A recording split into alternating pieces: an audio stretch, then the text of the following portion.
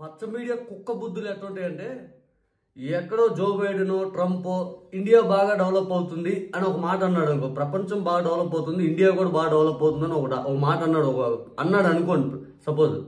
వెంటనే చూడండి Joe Biden Andhra Pradesh develop అవుతుందని అంటున్నాడు చంద్రబాబు నాయుడు గారి పరిపాలనలో. అంటే ఆయన చంద్రబాబు గారిని ఇప్పుడు కానీ పరిపాలిస్తుంటారు. ఆంధ్రప్రదేశ్ బాగా బాగా పెద్ద పెద్ద డెవలప్మెంట్ అవుతుంది, అసలు ఎంత బాగా డెవలప్ అవుతుందంటే కుళ్ళుకుంటున్నారు వాళ్ళు అమెరికా వాళ్ళు అని చెప్పి అట్లా ఆర్టికల్ రాయగలుగుతాడు. నాకు బాగా గుర్తు, చంద్రబాబు నాయుడు గారు అమరావతిని రాజధానిగా ప్రకటించినప్పుడు ఏబిఎన్లో వాడు పాకిస్తాన్లో ఒక ఛానల్ మన గురించి బాగా రాసింది. ఇండియా అంట అటామిక్ బాంబ్స్ ఇట్లాంటి న్యూక్లియర్ బాంబ్స్ ఈ వెపన్స్ తయారు చేసుకోవడానికి ఒక కొత్త రాజధాని సృష్టిస్తుంది, అది అమరావతే అని పాకిస్తాన్లో ఒక మీడియా సంస్థ చూపించింది అని చెప్పి వీడు మళ్ళీ దాన్ని కాపీ పేస్ట్ చేసుకొని ఇక్కడ చూపించాడు అప్పుడు ఏబిఎన్లో. నా బాగా గుర్తు. అంత నికృష్టుడు వీడు, అంత దరిద్రుడు వీడు ఎంత సన్నాసి మాటలు మాట్లాడతాడంటే సిగ్గుమాలిన మాటలు. నిజంగా చెప్పండి, ఏబిఎన్ ఛానల్ అంత సిగ్గుమాలిన ఛానల్, లేకపోతే టీవీ5 అంత బుద్ధి లేని ఛానల్ ఏది లేదు. దరిద్రం కొట్టేదో వీళ్ళందరూ, దరిద్రమే ఇది. లేకపోతే లేటెస్ట్గా మంచు మనోజ్ అనే అతను ఆ తిరుపతి దగ్గర వాళ్ళ యూనివర్సిటీలో వాళ్ళ నాన్నగారు పుట్టినరోజు అప్పుడు మాట్లాడేంటి, కుటుంబంలో చీలికలు తెచ్చుకునే వాళ్ళు, లేకపోతే డబ్బులు ఇచ్చి ఇంకోటి చేసేవాళ్ళు, ఇటువంటి వాళ్ళని కాదు, మీకు నచ్చిన వాళ్ళని ఎన్నుకోండి 5 అని మాట్లాడాడు. నచ్చిన వాళ్ళని ఎన్నుకోండి అని దాన్ని తీసిపోయి మళ్ళీ వెంటనే జగన్మోహన్ రెడ్డి గారికి ఆపాదించాడు వీడు. వాస్తవంగా మాట్లాడితే మంచు మనోజ్ గురించి చెప్పాలి అనుకుంటే కుటుంబంలో చీలికలు తెచ్చుకుందంటే చంద్రబాబు నాయుడు గారు కదా. హరికృష్ణ గారిని బాగా దగ్గర సొంత తమ్ముడిని గొలుసులతో కట్టేసిన చంద్రబాబు నాయుడు గారా. చంద్రబాబు నాయుడు గారు ఈ రోజు 10 లక్షల కోట్ల ఆస్తిపరుడు.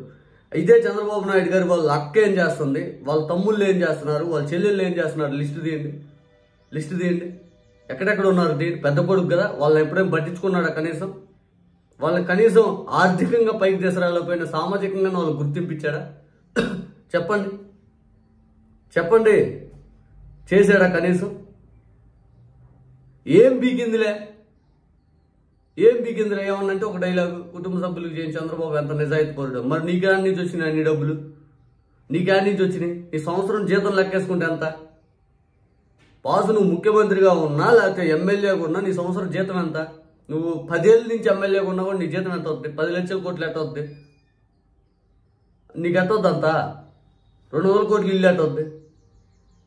హెరిటేజ్ అంత వాటాలు ఎట్ట డెవలప్ అయిపోయినాయి? అసలు హెరిటేజ్ సంస్థ మోహన్ బాబు కదా. మోహన్ బాబు దగ్గర నువ్వు ఏ విధంగా లాక్కున్నావు? మోహన్ బాబు ఎన్నిసార్లు చెప్పాడు? మరి మంచు మనోజ్కి నీ మీద కోపం ఉంటుందిగా. అరే హెరిటేజ్ సంస్థ నాదైతే లాక్కొని మొత్తం ఆయన షేర్లన్నీ మొత్తం లాక్కున్నాడు, మా నాన్నకి లేకుండా చేసాడని ఆయనకుంటుందా? ఇంకా భూమా అఖిలప్రియ గురించి కూడా అని ఉండొచ్చుగా. ఆమె ఒక్కటే ఎదగాలనుకుంటుంది, చెల్లెల్ని అందరిని తోబుట్టువులను అందరిని పక్కన పెట్టేసింది, ఆమె ఒక్కటే ఎదగాలనుకుంటుందని ఆ మాట కూడా అని ఉండొచ్చు కదా.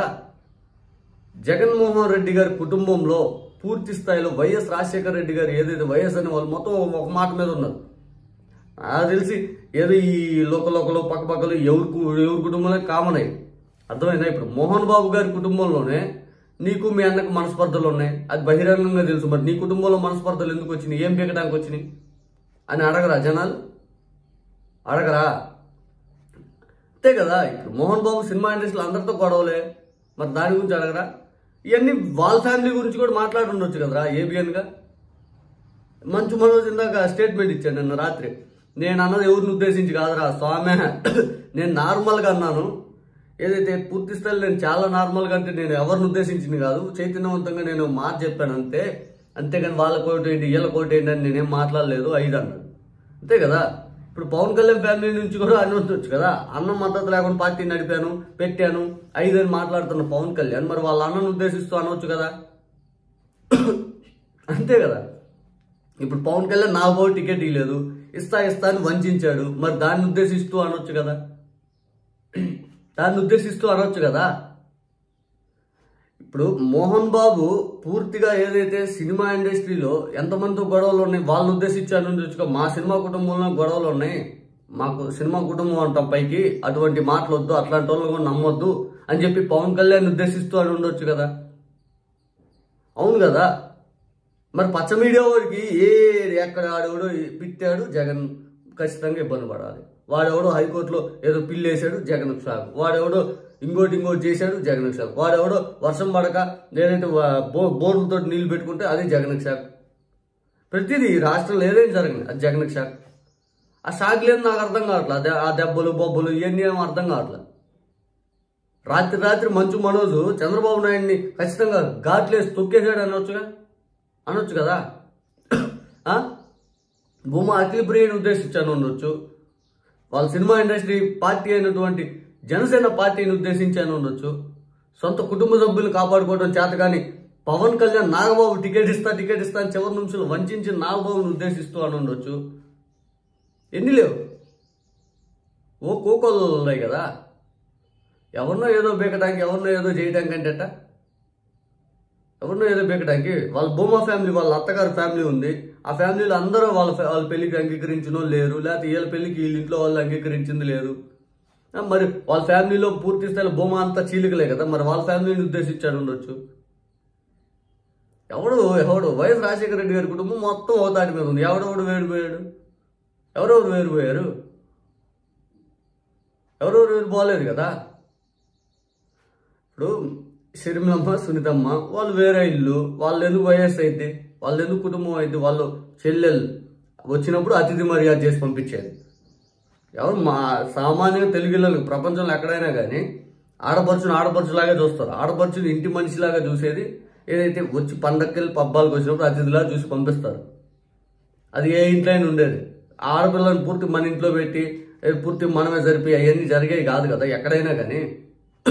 ఆమె అన్నది కదా స్వయం షర్మిలమ్మే, ఆడపిల్ల ఏడపిల్ల కాదు ఐదని, అంతే కదా.